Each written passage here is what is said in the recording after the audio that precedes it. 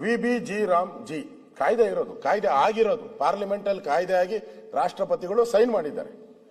ಇಲ್ಲಿ ನೀವು ಬೇಕು ಅಂತ ಹಾಕಿದ್ದೀರಾ ಅಥವಾ ಅಧಿಕಾರಿಗಳು ತಪ್ಪು ಮಾಡಿದಾರ, ಪ್ರಿಂಟಿಂಗ್ ಮಿಸ್ಟೇಕ್?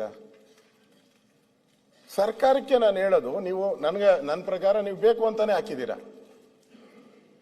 ನಿಮ್ಗೆ ಯಾಕೆ ಈ ರಾಮನ ಬಗ್ಗೆ ನಿಮ್ಗೆ ವಿರೋಧ? ಕಾಯ್ದೆ ಆಗ್ಬಿಟ್ಟಿದೆ, ನಿಮ್ಗೆ ಇಷ್ಟ ಇದೆಯೋ ಇಷ್ಟ ಇಲ್ಲೋ, ನೀವು ಕಾಯ್ದೆ ತಂದಿದ್ದೀರಾ, ಬೇಕಾದಷ್ಟು ಕಾಯ್ದೆಗಳನ್ನ ತಂದಿದ್ದೀರಾ. ಇಲ್ಲಿ ಕಾಯ್ದೆ ಅದೇ ರೂಪದಲ್ಲೇ ಇದೆ.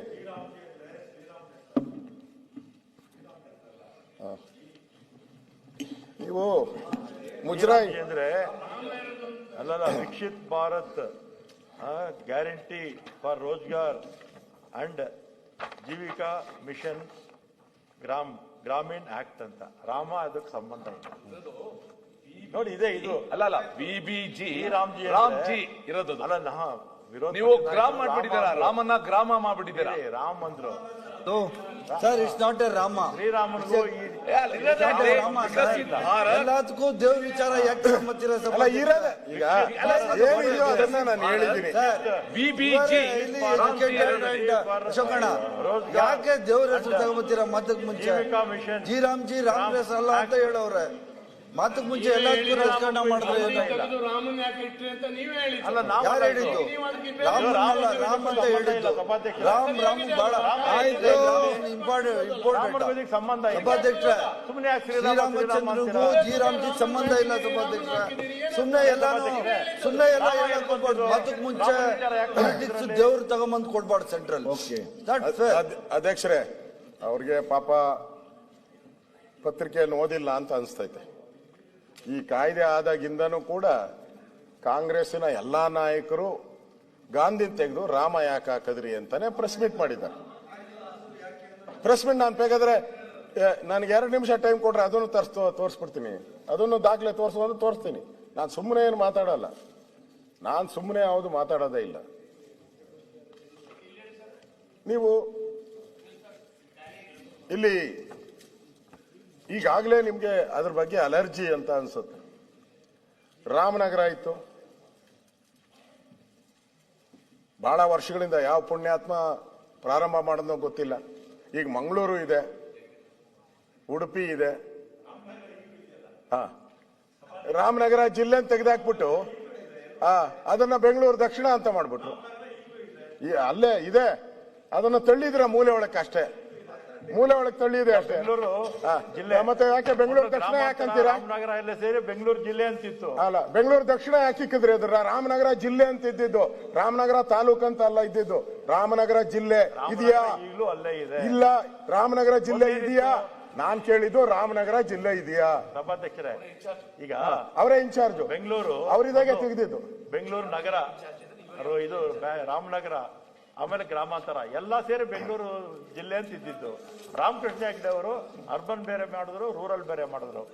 ಆಮೇಲೆ ಕುಮಾರಸ್ವಾಮಿ ಅವರಿದ್ದಾಗ ರಾಮನಗರ ಜಿಲ್ಲೆ ಆಯಿತು, ಗ್ರಾಮಾಂತರ ಆಯಿತು ಅಲ್ವಾ? ರಾಮನಗರ ಈಗಲೂ ಅಲ್ಲೇ ಇದೆ. ರಾಮನಗರ ಈಗೂ ಅಲ್ಲೇ ಇದೆ. ರಾಮಲಿಂಗಾರೆಡ್ಡಿ ಅವ್ರಿಗೆ ಯಾಕೋ ಮರು ಜಾಸ್ತಿ ಆದಂಗೆ ಕಾಣಿಸ್ತೈತೆ. ಮೊದ್ಲು ರಾಮಲಿಂಗಾರೆಡ್ಡಿ ಅಣ್ಣ ಹೆಸರಲ್ಲೇ ರಾಮ ಆಯ್ತಲ್ಲ, ಅದನ್ನ ಹೇಳ್ತಾನೆ. ಏನೋ ಅವ್ರ ಅಪ್ಪ ಇಟ್ಬಿಟ್ಟು ಅವನೇ ಪುಣ್ಯಾತ್ಮ. ಇವರಾದ್ರೆ 100% ಇಟ್ಕೊಂತ ಇರಲ್ಲ. ಇವರಾದ್ರೆ ಗ್ಯಾರಂಟಿ ಇಟ್ಕೊಂತ ಇರಲ್ಲ. ನಾನು ರಾಮಲಿಂಗಾರೆಡ್ಡಿಗೆ ಕೇಳ್ತೀನಿ, ಫಸ್ಟ್ ಅನೌನ್ಸ್ ಆದಾಗ ಇವ್ರನ್ನ ಜಿಲ್ಲಾ ಇನ್ಚಾರ್ಜ್ ಮಾಡಿದ್ರು, ಇವ್ರನ್ನ ಜಿಲ್ಲೆಗೆ ಇನ್ಚಾರ್ಜ್ ಮಾಡಿದ್ರು. ಆ ಕಾಪಿ ಐತೆ, ನಾನು ಓದ್ತೀನಿ. ಏನಂತ ಹೇಳಿದ್ರೆ, ರಾಮಲಿಂಗಾರೆಡ್ಡಿ ಅವರು ರಾಮನಗರ ಜಿಲ್ಲೆಯ ಉಸ್ತುವಾರಿ ಸಚಿವರು. ಈಗ ಯಾವ ಜಿಲ್ಲೆಯ ಉಸ್ತುವಾರಿ ಸಚಿವರು ಹೇಳಿ? ಈಗ ಯಾವ ಜಿಲ್ಲೆಯ ಉಸ್ತುವಾರಿ ಸಚಿವರು? ರಾಮನಗರ ತಾಲೂಕಿನ ಉಸ್ತುವಾರಿ ಸಚಿವರ ಹೇಳಿ? ಅದನ್ನ ಒಪ್ಕೊಂಬಿಡಿ. ನಾನು ತಾಲೂಕಿಗೆ ಹಾಕ್ಬಿಟ್ಟವ್ರೆ ಅಂತ. ಅದ್ರ ಎಲ್ಲೂ ಹೋಗಿಲ್ಲ, ಮೂಲೆಗುಂಬು ಮಾಡಿದೀರ ಅಷ್ಟೇ. ಅಂದ್ರೆ ಇವ್ರಿಗೆ ಯಾಕೋ ರಾಮನ ಬಗ್ಗೆ ಆ ಕಂಡ್ರನೇ ಆಗಲ್ಲ ಅಂತ ಅನಿಸ್ತಾ ಐತೆ ನನ್ಗೆಲ್ಲ. ಇಲ್ಲಿ ಮಹಾತ್ಮ ಗಾಂಧೀಜಿಯವರು ಅಷ್ಟೇ, ಅವರ ಜೀವನ ಪೂರ್ತಿ ರಘುಪತಿ, ಎಲ್ಲೇ ಹೋದ್ರೂ ಯಾವುದೇ ಕಾರ್ಯಕ್ರಮ ಮಾಡಿದ್ರು ರಘುಪತಿ ರಾಘವ ರಾಜಾರಾಮ್, ಪತಿತ ಪಾವನ ಸೀತಾರಾಮ್, ಈಶ್ವರ ಅಲ್ಲ ತೇರೆ ನಾಮ್, ಅದು ಪರ್ಮನೆಂಟ್ ಆಗಿ ಹೇಳ್ತಾ ಇದ್ರು. ಈಗ ಆ ರಾಮನ ಹೆಸರನ್ನೇ ಯಾಕೆ ನಿಮ್ಗೆ ದ್ವೇಷ ಅಂತ?